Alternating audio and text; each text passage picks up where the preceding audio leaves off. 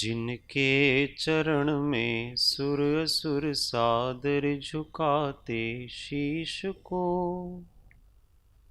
मेरी विनय युत वंदना उन जिनवीर जगदीश को।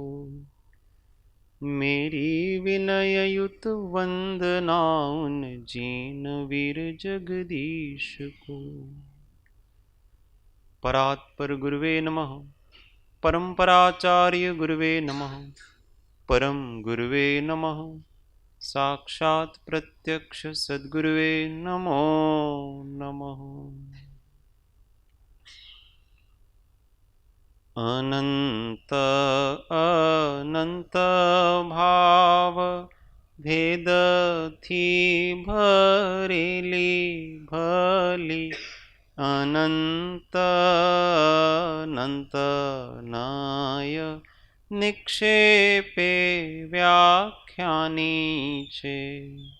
सकल जगत हित कारिणी हारिणी मोह तारिणी भवाब्धि मोक्ष चारिणी प्रमाणी छे।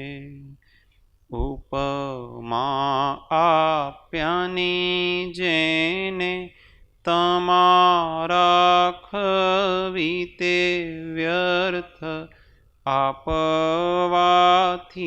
निज मति मपाई में मानी छे।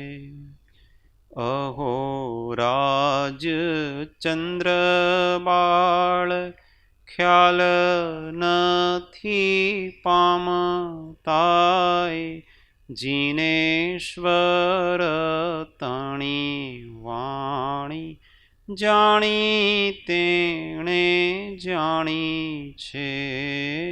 गुरुराज तणी वाणी जाणी तेणे जाणी छे। ओ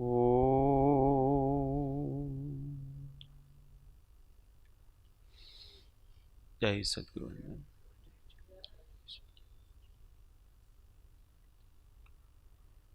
तत्व चर्चा में परम तत्व श्री जैन सिद्धांत प्रवेशिका अध्याय 2 प्रश्न संख्या 139 139।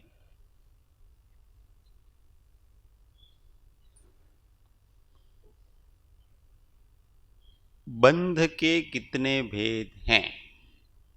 बंधना कितला प्रकार छे? बराबर मिल गया सबको?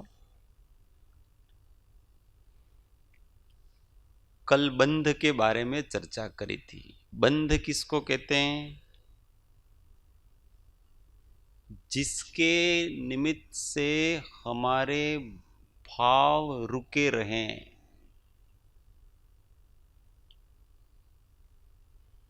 जिसके निमित्त से हम जैसा चाहें वैसा नहीं कर सकें, जिसके निमित्त से हमारे आत्मा की शक्तियां आवृत रहें।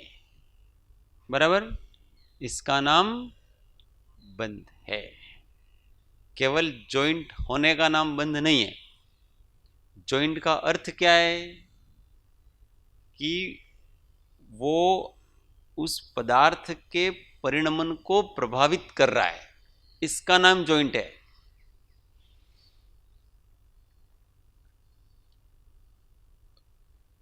कार्मण वर्गणाओं को कर्मों का अपने आत्मा पे लगे रहने से बंधन नहीं होता है, पर अगर आत्मा उससे प्रभावित है, उसका परिणमन प्रभावित हो रहा है, तब वो बंध है, ऐसा माना जाए। इसलिए अगर जीव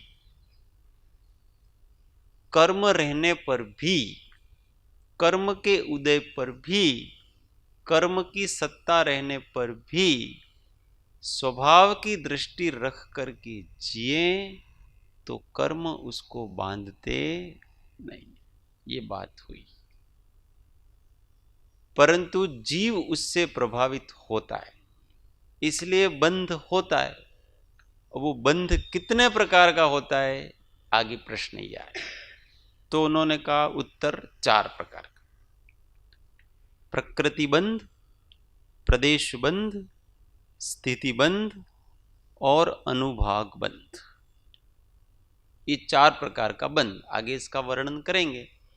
प्रकृति का मतलब स्वभाव, कि उस बंध का, उस कर्म का, उस कर्म पुद्गल का स्वभाव क्या है। स्वभाव का अर्थ होता है कि उसका काम क्या है।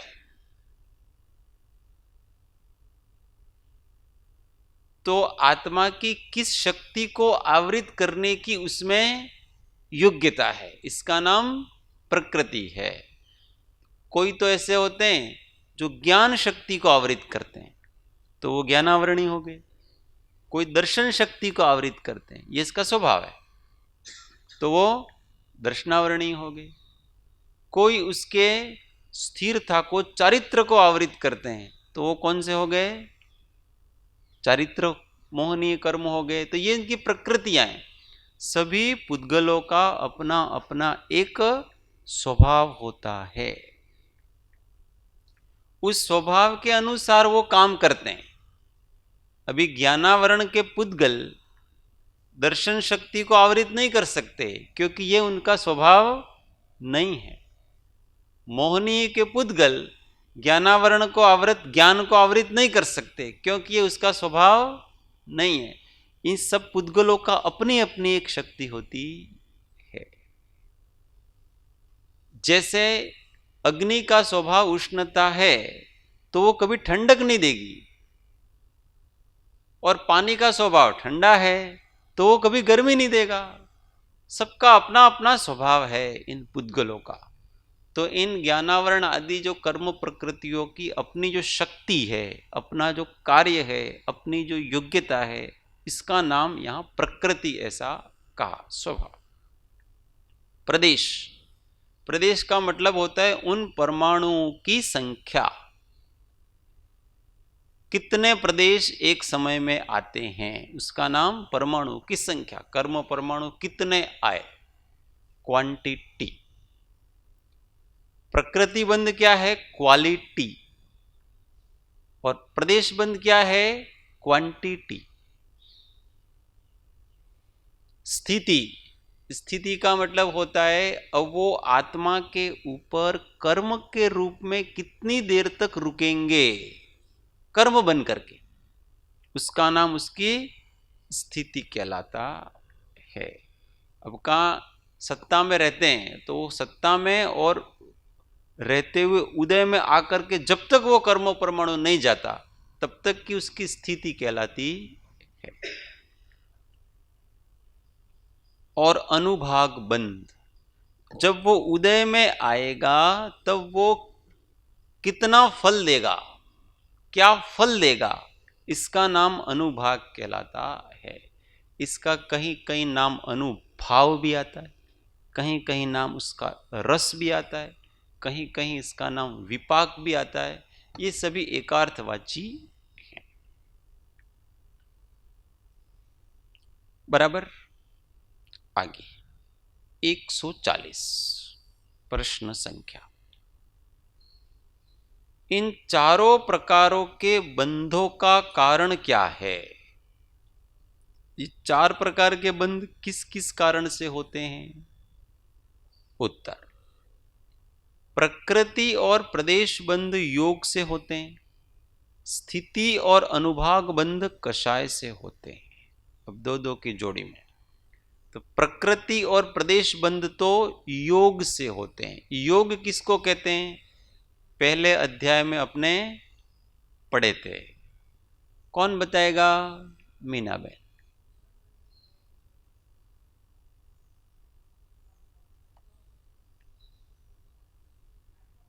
एक बात पे स्थिर रहो, मन वचन काय की प्रवृत्ति को योग कहते हैं, कि आत्म प्रदेश के स्पंदन को योग कहते हैं, योग कहते किसको हैं?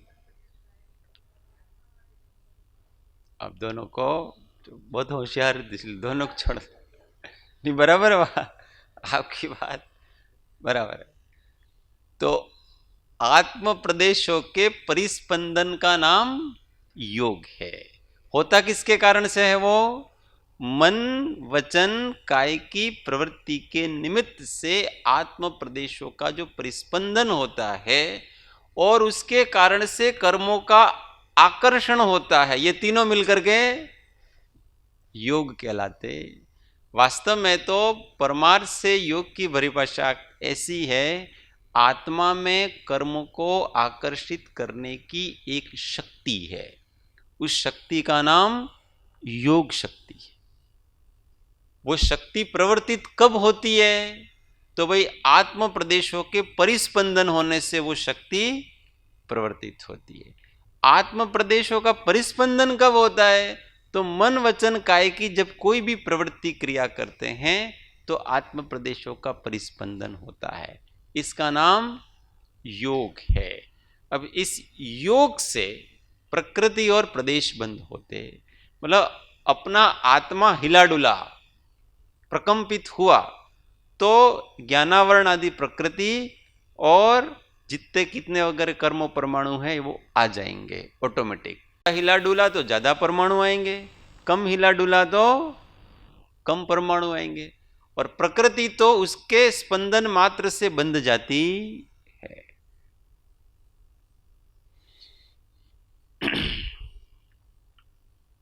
थोड़ा सा इसमें आगे आगे थोड़ी थोड़ी बातें विशेष विशेष आएंगी।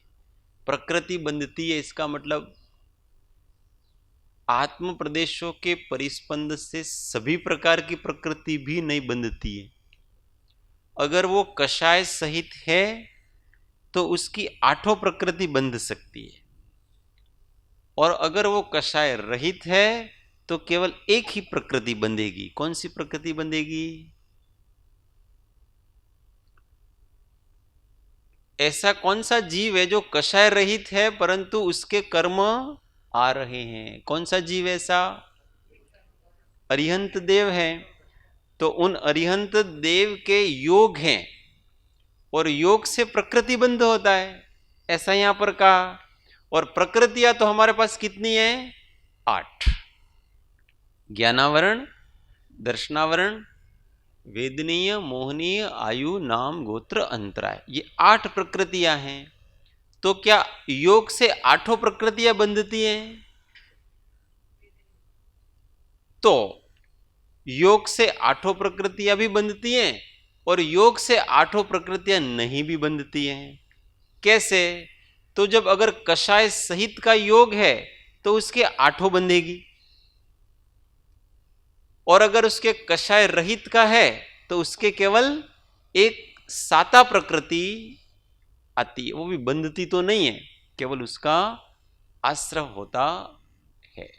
तो योग से प्रकृति का बंध और प्रदेश। अब जो प्रकृति बंधेगी तो प्रदेशों को साथ में लाएगी, कर्म परमाणुओं को, वो तो प्रकृति के साथ ही है स्वभाव की, क्योंकि कर्म परमाणुओं की ही तो प्रकृति है, उन्हीं का तो स्वभाव है।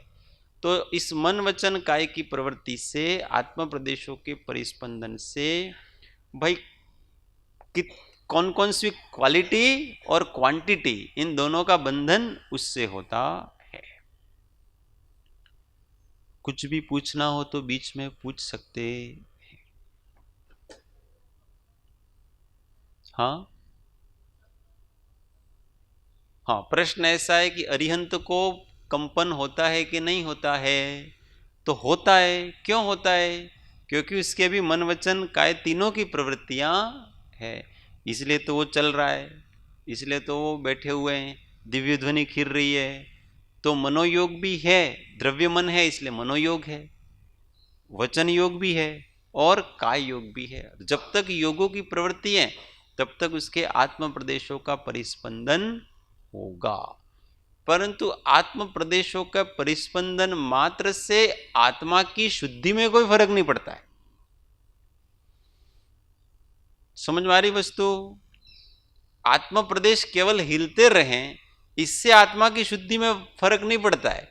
उनके भी आत्म प्रदेशों में प्रकंपन होता है, अघातिया कर्म बाकी हैं, इसलिए उनके प्रदेशों का परिस्पंदन होता है, परंतु ज्ञानावरण, दर्शनावरण और मोहनीय और अंतराय कर्म नहीं है, इसलिए उसकी शुद्धि में, उसके ज्ञान में, उसकी वितरागता में कोई फर्क पड़ता।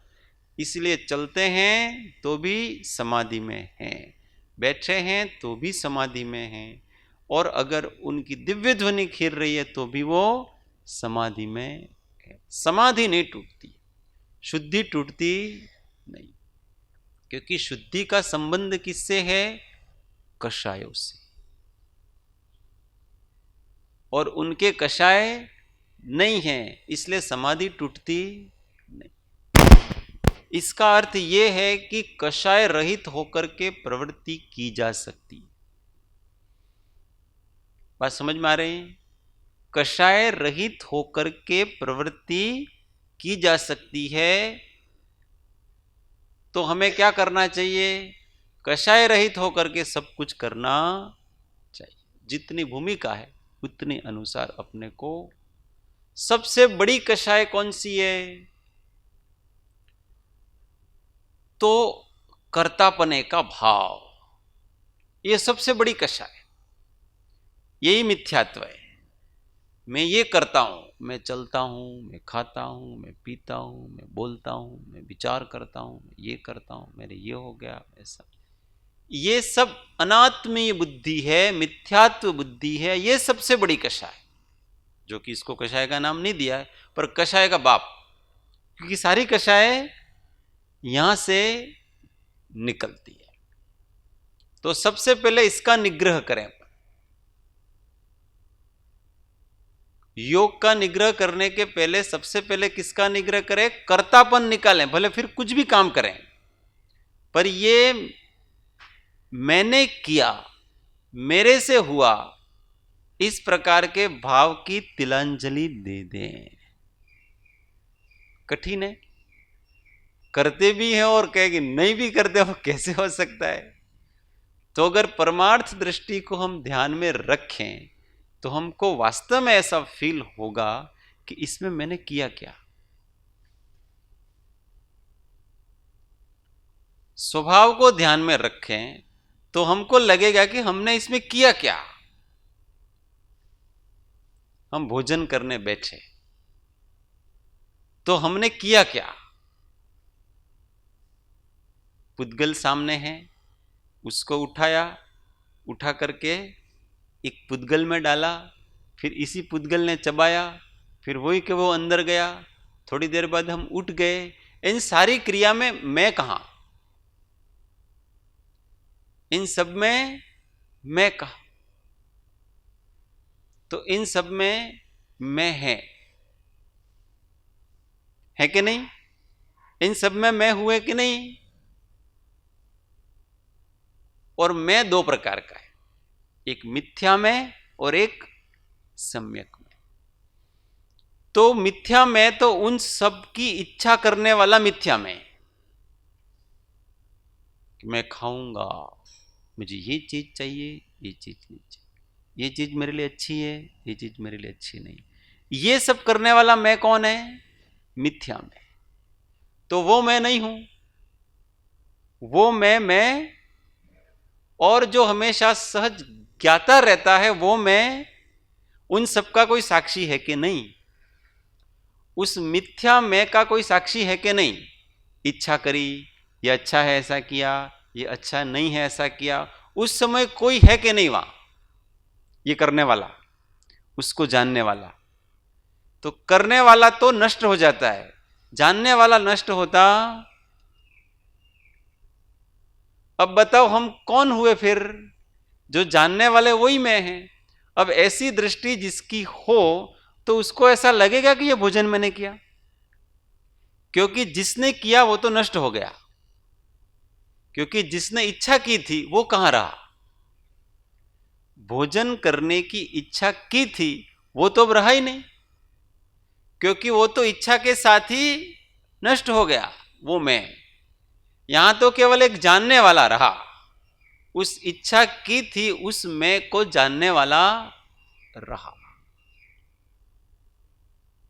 वो ही तो मैं हूं। इस प्रकार की दृष्टि से कर्तापने का भाव आएगा नहीं, वक्तापने का भी भाव नहीं आएगा। ये कौन बोल रहा है बताओ? और बोलने वाला बोल के तुरंत नष्ट हो जाता है, पर जानने वाला नष्ट नहीं होता है। मेरे बोलने की इच्छा किस कारण से हुई? राग के कारण से। अगर राग नहीं हो तो कोई बोल सकता नहीं है। एक अरिहंत को छोड़ दो, क्योंकि वो वास्तव में बोलते नहीं, उनकी तो इच्छा ही नहीं है। उनकी तो द्विध्वनि दूसरे के निमित्त से खिरती है। परंतु जो छद्मस्त जीव है वो राग के बिना नहीं बोल सकता। या तो राग से बोलेगा अथवा द्वेष से बोलेगा। अपने किसी न किसी प्रयोजन की सिद्धि के से वो बोलता है। तो सबसे पहले तो मेरे राग पैदा हुआ। क्या राग पैदा हुआ? कि भाई अपने चलो स्वाध्याय करेंगे, थोड़ा अपना भी लाभ होगा, थोड़ा दूसरा भी लाभ होगा। अपने प्रति भी राग है और दूसरे के प्रति भी राग है। इस राग से बोलने की इच्छा हुई, और जैसे ही बोलने की इच्छा हुई तो इस प्रकार के पुण्य का उदय होता है। तो जो बोलने की इच्छा होती है वो भाषा वर्गणा के पुद्गल हैं, वो उस रूप परिणत हो जाते हैं और फिर वही के वो शब्द निकलते हैं। अगर ऐसा योग हो तो, योग नहीं हो तो हम जो बोलना चाहे वो बोल नहीं सकते। बहुत से लोगों कहते हैं તમારે આજે લેક્ચર આપવાનું છે, तो वो तैयारी करते हैं, पॉइंट बनाएंगे, फिर ये बोलूंगा, और जैसे यहां आते हैं तो सारा का सारा खत्म। तैयारी की थी वो कहां गई? क्योंकि वो तो उदय होगा तो ही निकलेंगे, जिसका उदय होगा वही शब्द निकलेंगे। आपकी तैयारी के हिसाब से शब्द नहीं निकलने वाले कुछ भी। तो ये तो सहज भाषा वर्गणा के पुद्गल भी उस रूप हो रहे हैं, फिर वो इच्छा भी हो रही है। तो उस बोलने की इच्छा करने वाला, राग करने वाला और भाषा वर्गणा के पुद्गल, ये सब चीज हो करके नष्ट हो रही है। कर तो ये सब रहे हैं, और इन सबको जानने वाला कौन है? वो मैं हूं, और वो नष्ट नहीं होता है। करने वाला नष्ट होता है, जानने वाला कभी नष्ट होता नहीं है, और मैं जानने वाला हूं। इस प्रकार का भाव रखेंगे तो बोलते बोलते भी ज्ञाता है, चलते चलते भी ज्ञाता है, और उसका बंधन नहीं होता है। होता है तो योग से जितना होता है ना, ये वाणी का योग है ना, उस योग से जितना होता है उतना ही होता है, बस ज्यादा बंद होता नहीं। तो ये कर्तापने का भाव निकालना। बात ये चल रही थी कि हम मन वचन काय की प्रवृत्ति करते करते भी अलिप्त रह सकते हैं, और फिर राग द्वेष आदि भी, राग किए बगैर भी हम काम कर सकते हैं, द्वेष किए बगैर भी हम काम कर सकते हैं, सब कुछ किए बगैर हम कर सकते हैं।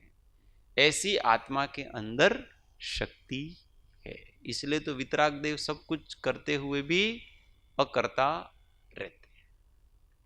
तो ये अकर्ता का भाव, अगर ये अकर्ता का भाव आ गया तो क्या होगा? स्थिति और अनुभाग बंध हैं। वो किससे पढ़ते हैं? कषाय से पढ़ते हैं, वो नहीं पढ़ेंगे।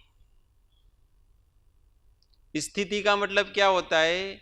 अगर वो कर्म आत्म प्रदेशों के ऊपर एक समय से अधिक रुकता है तो उसका नाम बंध है। तो स्थिति पड़ गई उसकी। अब जैसे स्थिति पड़ी उसकी, तो अब वो अपने समय पर उदय में आता है। जब उसका अबाधा काल पूरा होता है, कोई भी कर्म बंधता है, बंधने के बाद वो सत्ता में पड़ा रहता है। फिर उसका जब अबाधा काल पूरा होता है, अबाधा काल किसका नाम है?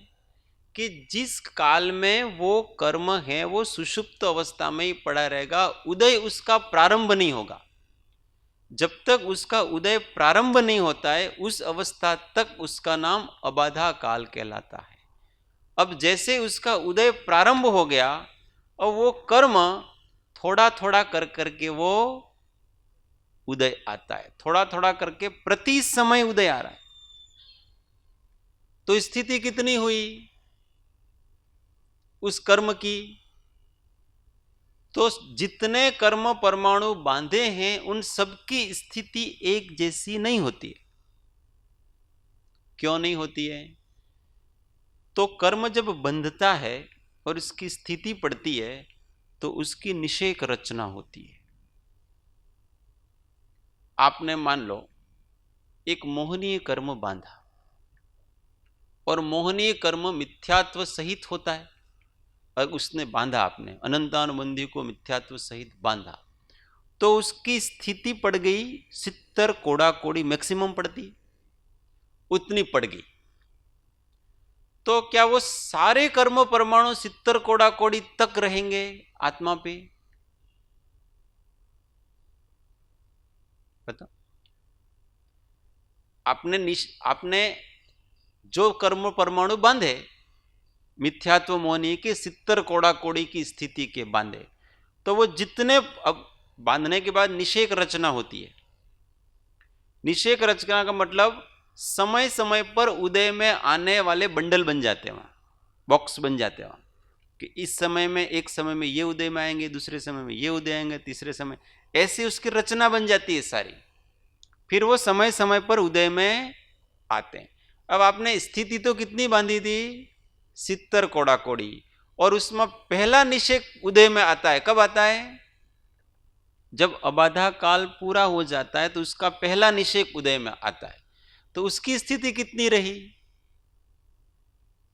उसकी स्थिति क्या 70 कोड़ा कोड़ी रही? नहीं, उसकी तो जैसे ही अबाधा काल पूरा हो गया और उसकी स्थिति पक गई। तो 70 कोड़ा कोड़ी सागर है तो इसकी 7000 साल उसके अबाधा काल है, 700 तो उसका अबाधा काल है। इसके बाद वो कर्म उदय में आएगा। तो पहला जो निषेक था, उस पहला निषेक, उसकी स्थिति कितनी रही? बांधी थी 70 कोड़ा कर, रही कितनी? केवल इतनी रही। दूसरे की कितनी रही? उसमें से एक समय और बढ़ा दो। तीसरे की कितनी रही? एक समय और बढ़ा दो। ऐसे बढ़ाते बढ़ाते बढ़ाते अंतिम निषेक की स्थिति कितनी हो जाएगी? 70 कोड़ा कोड़ी। समझ में आ गई? तो 70 कोड़ा कोड़ी सागर तक तो वो कर्म एक अंतिम निषेक है, वही रहा है। बाकी सब तो उसके पहले ही धीमे धीमे धीमे धीमे जा रहे हैं। समझ में आ रहा है? हमने किसी आयुष्य कर्म को बांधा। कितना बांधा? मान लो 80 साल चले, इतना आयुष्य कर्म बांधा। अब जैसे ही अगली आयु का उदय हुआ तो क्या 80 साल के सारे निषेक 80 साल तक रहते हैं क्या? ऐसा नहीं है। तो जो निषेक रचना हुई उसमें आयुष्य कर्म का एक अंश, एक निषेक है, वो जैसे ही आयु प्रारंभ हुई नए भव की तो तुरंत खिर गया। अब कितना रहा? शेष आयुष्य के निषेक रहे, उसमें से दूसरे समय में फिर से खिर गए। ऐसा करते करते अंतिम श्वास तक केवल एक निषेक रहता है। तो 80 साल तक वो कौन सा निषेक चला? आत्मा पे रहा। तो अंतिम निषेक की स्थिति ही केवल 80 साल है। बात समझ में आ रही है? बाकी की 80 साल नहीं है, बाकी तो अपने अपने हिसाब से वो जा रहे। इस प्रकार से कर्मों की स्थिति बनती है, प्रति समय उदय में आते हैं और जाते हैं।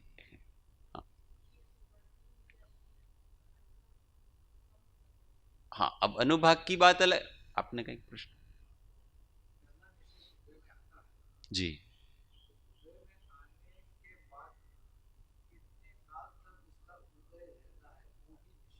वो तो जिस समय, प्रश्न ऐसा है कि पहला निषेक उदय में आया तो उदय में कितने काल तक रहेगा? तो एक समय तक।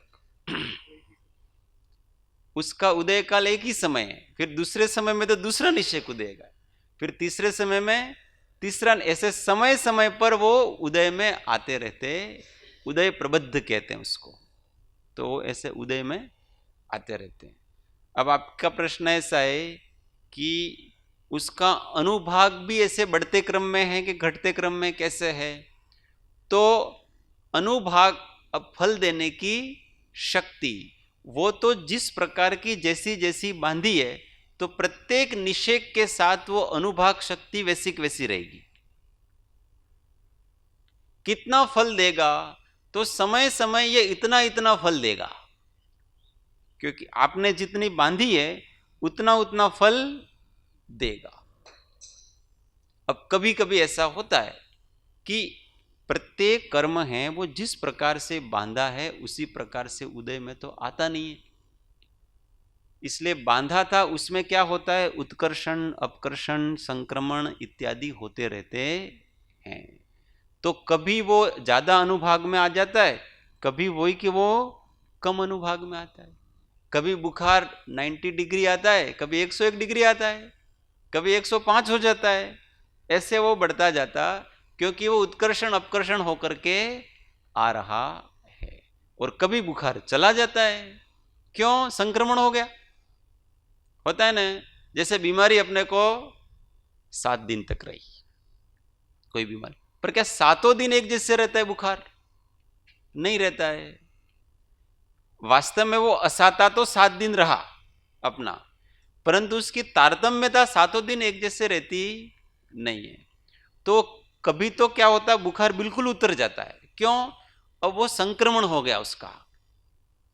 असाता का उदय था, वो आपको कोई औषधि आदि का निमित्त मिला, तो वो सारा अब साता के रूप में उदय में आ रहा है।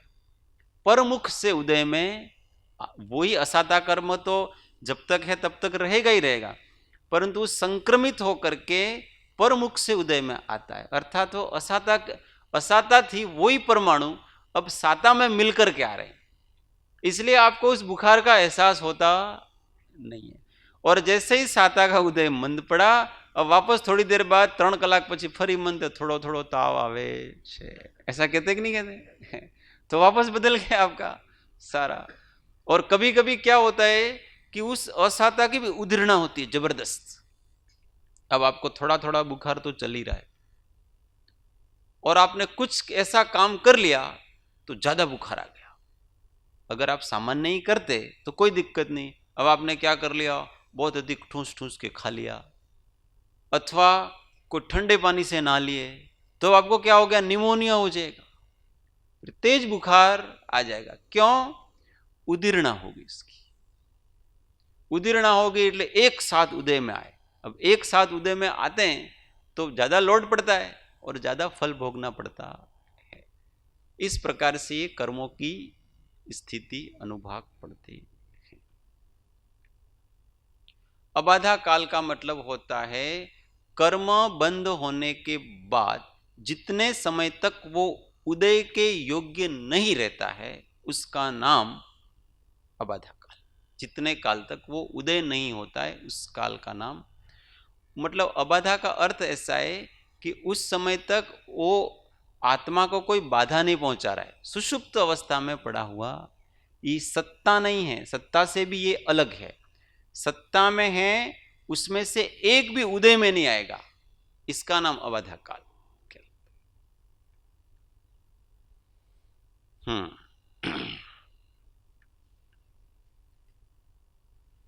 141 प्रकृति बंध किसको कहते हैं? उत्तर, मोहादि जन्य तथा ज्ञानादि घातक तत्त स्वभाव वाले कार्मण पुद्गल स्कंधों का आत्मा से संबंध होने को प्रकृति बंध कहते हैं। अभी इसकी चर्चा करिए। मोहादि जन्य मतलब मोह आदि से उत्पन्न, तथा ज्ञानादि घातक तत्त स्वभाव वाले, उस स्वभाव वाले कार्मण पुद्गल स्कंधों का आत्मा के साथ संबंध होना, मतलब मोहनीय कर्म के उदय से जो ज्ञानादि गुणों को घात करने वाले उस प्रकृति के जो कर्म पुद्गल हैं उनका आत्मा के साथ संबंध होना प्रकृति बंध कहलाता है। ज्ञानावरण, ज्ञान को घातने वाले ज्ञानावरण, दर्शन गुण को घातने वाले दर्शनावरण, वेद और अव्याबाद गुण को घातने वाले वेदनीय, और शक्ति को, मोह को, चारित्र को घातने वाले चारित्र मोह, मतलब मोहनीय कर्म। और ऐसा अलग अलग 8 कर्म अपने को जान लेना चाहिए। तो वो प्रकृति कहलाती है, स्वभाव। तो उस प्रकृति का बंध जाना, इसका नाम प्रकृति कहलाती। वो प्रकृति बंध गई तो हमें अपनी प्रकृति के विरोध में खड़े हैं।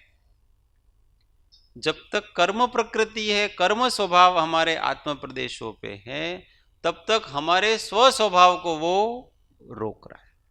हमारी प्रकृति क्या है और कर्म की प्रकृति क्या है? तो कर्म की प्रकृति है वो हमारी प्रकृति को घातने की है स्वभाव। राम का स्वभाव क्या है और रावण का स्वभाव क्या है? ऐसा है। तो रावण का स्वभाव क्या है? घातने का। और राम का स्वभाव क्या है? समता में रहने का। तो क्या होता है कि रावण के प्रभाव से राम अपना स्वभाव भूल जाते हैं। रावण का इतना प्रभाव है कि उससे राम अपने स्वभाव को भूल जाते हैं।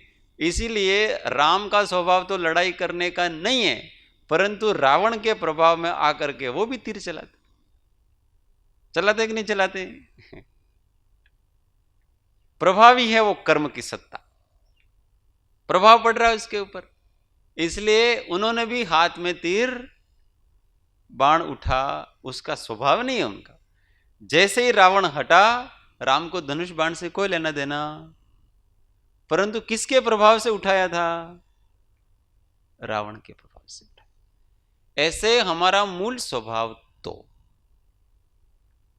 अकर्ता है, सहज शांत ज्ञाता दृष्टा वीतराग रहने का। परंतु ये कर्म है, उसके कारण से हम वैसे रहते नहीं हैं। हम क्या करते? उसके प्रभाव में आकर के कभी तो हम अहंकारी हो जाते हैं, कभी हम क्रोधी हो जाते हैं, कभी मानी हो जाते हैं, कभी मायावी हो जाते हैं, कभी लोभी हो जाते हैं, कभी कामी हो जाते हैं, कभी ईर्ष्यालु हो जाते हैं, कभी निंदक हो जाते हैं। ये सब किसके कारण, किसका प्रभाव है? ये इस प्रकृति का प्रभाव है जो हमारी प्रकृति को आवृत कर रही। इसलिए अपने को अपनी प्रकृति याद रखना हमेशा। साधक का मूल कर्तव्य क्या है? कर्म की प्रकृति उदय में आ रही है, उस समय अपने को अपनी प्रकृति याद रखना। कर्म की प्रकृति कर्म में उदय में आ रही है और अपनी प्रकृति अपने। ज्ञानावरण का उदय हुआ तो क्या होगा? हमको कोई वस्तु समझ में नहीं आएगी, हमको कोई वस्तु याद नहीं आएगी। ये सब किसके कारण से होता है? ज्ञानावरण के उदय के कारण से होता है। तो वो कर्म में वो प्रकृति उदय में आई। अब अपना स्वभाव क्या है बताओ? उस उदय में अपना स्वभाव क्या है? हमारी प्रकृति क्या है? कि जो स्मृति में नहीं आ रहा है, जो समझ में नहीं आ रहा है, उस समय भी हमको सहज शांत रहना, यह अपना स्वभाव है। स्मृति में नहीं आ रहा है ऐसा कौन जानता है? जानने वाला है कि नहीं? विस्मृति करने वाला कोई है कि नहीं? वो विस्मृति करने वाला है, वो ही सत्य है। स्मृति और विस्मृति से ऊपर है वो। जब स्मृति आती है उस समय भी मैं हूं, और विस्मृति आती है उस समय भी मैं हूं। तो वो मैं हूं वही रहूं बस। स्मृति और विस्मृति तो उदय के क्षयोपशम के अधीन है। स्मृति होती है तो क्षयोपशम हो गया, विस्मृति होती है तो उदय आ गया। और न मैं उदय रूप हूं, न मैं क्षयोपशम रूप हूं। मैं तो केवल सहज शांत ज्ञाता। अब ऐसा अगर दृष्टि होगी तो हम कोई वस्तु याद नहीं आएगी, कोई समझ में नहीं आएगी, तो हम आकुल व्याकुल नहीं होंगे। नहीं तो पढ़ने में भी व्याकुल हो जाते, और जैसे तैसे करके वो सीख तो लेंगे और मोहनीय बांध लेंगे। क्योंकि व्याकुल होने से क्या होगा, मोहनीय कर्म का विशेष बंध होता है। हो सकता है आपने व्याकुल होकर के रट्टा तो मार लिया, परंतु आपने आत्मा का हित किया का हित किया क्या किया? और व्याकुल हुए तो ज्ञानावरण आदि और बंधे, क्योंकि केवल कर्म अकेला नहीं बनता है। कोई भी भाव करते हैं, हमने व्याकुलता का भाव किया, मैंने याद न रहता हूं, याद करे पत्ते उलटते, ऐसा करता है वैसा, इतना व्याकुल हो रहा है। और हो सकता है पढ़ करके उसने मारे काले परीक्षा है याद करવું છે, याद कर भी लिया, तो क्या नया ज्ञानावरण नहीं बंधा उसका? क्योंकि कोई भी भाव करते हैं तो उसी समय सातों प्रकृति बंध जाती है। ज्ञानावरण भी बंधी, दर्शनावरण भी बंधी, वेदने भी बंधी, अंतराय भी बंधी, मौन, एक आयुष्य कर्म कभी कभी बनता है। बाकी सात प्रकृति तो उसके बंध ही गई। उस ज्ञान को अर्जन करने में ही उसने ज्ञानावरण मान लिया है सारा का सारा। और अगर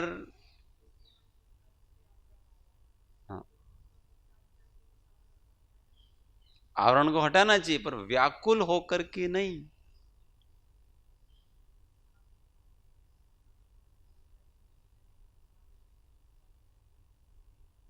हाँ, उसको याद करो और स्मृति में क्यों, सहज रहो। जीव ने अनादि काल से उल्टा पुरुषार्थ किया है।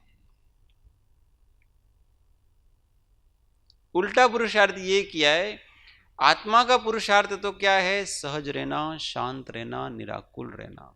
और इस प्रकार से अगर हम रहेंगे तो हमको हर चीज याद आएगी, भूलेंगे ही नहीं। और भूले तो भूले, अपने आप को नहीं भूले। क्षयोपशम को भूले तो भूले, अपने आप को नहीं भूले। मुनि इसी प्रकार से अज्ञान परिशह को सहता है। मुनि के भी ऐसा उदय आता है, साधु के भी ऐसा उदय आता है कि कितना भी पढ़ता है, पुरुषार्थ तो करते हैं, पुरुषार्थ करना चाहिए अपने को, पढ़ने का याद ही नहीं रहता। जैसे ही पढ़ा और तुरंत भूल गया। वो महाराज पूछते हैं, भाई अभी बताया था ना, महाराज भूल गया, याद नहीं। फिर बताते हैं, भूल गया। तो लोग क्या कहते पता है, साधु बन गया है, इतनी सी बार बार चीज बताते हैं, वो भी याद नहीं रहती है, बेकार है, मूर्ख है, मूढ़ है। तो उस समय वो मुनि क्या करते,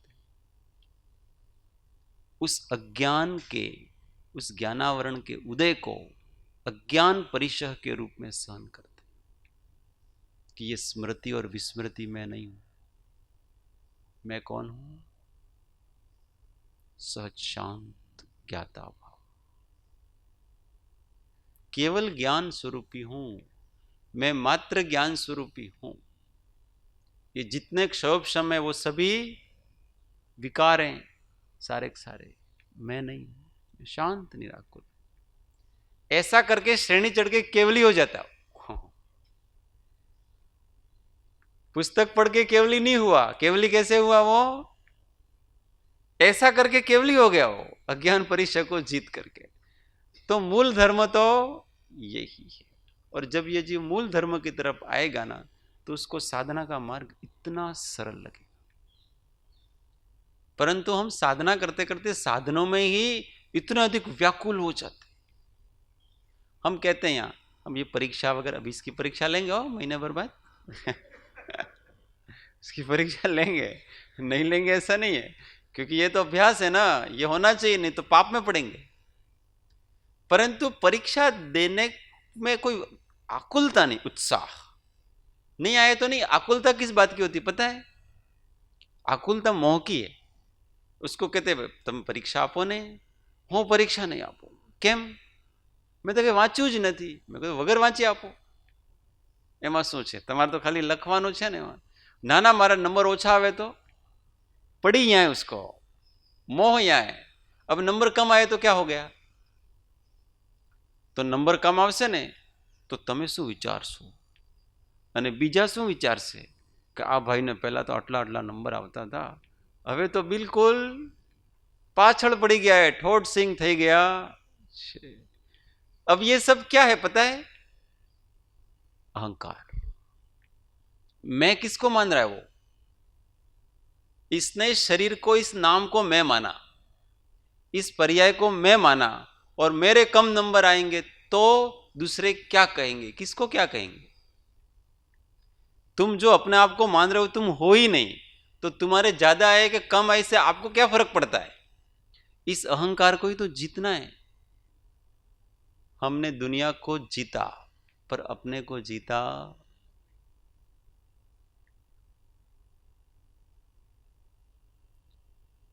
कभी मन में कभी तन में उलझा, तू सदा अपने दामन में उलझा. कभी मन में कभी तन में उलझा, तू सदा अपने दामन में उलझा. जीता सबसे तू अपने से हारा, जीता सबसे तू अपने से हारा. ढूंढता है तू किसका सहारा, ढूंढता है तू किसका सहारा. तू ही सागर है तू ही किनारा, ढूंढता है तू किसका सहारा, ढूंढता है तू किसका सहारा. देह छता जेनी दशा वरते देहाती, ते ज्ञानी ना चरण मा हो वंदन अगणी. ते ज्ञानी ना चरण मा हो वंदन अगणी. सद्गुरु परम कृपाळु त्रिलोकनाथ की जय. सब संतन की आनंद घन. ओ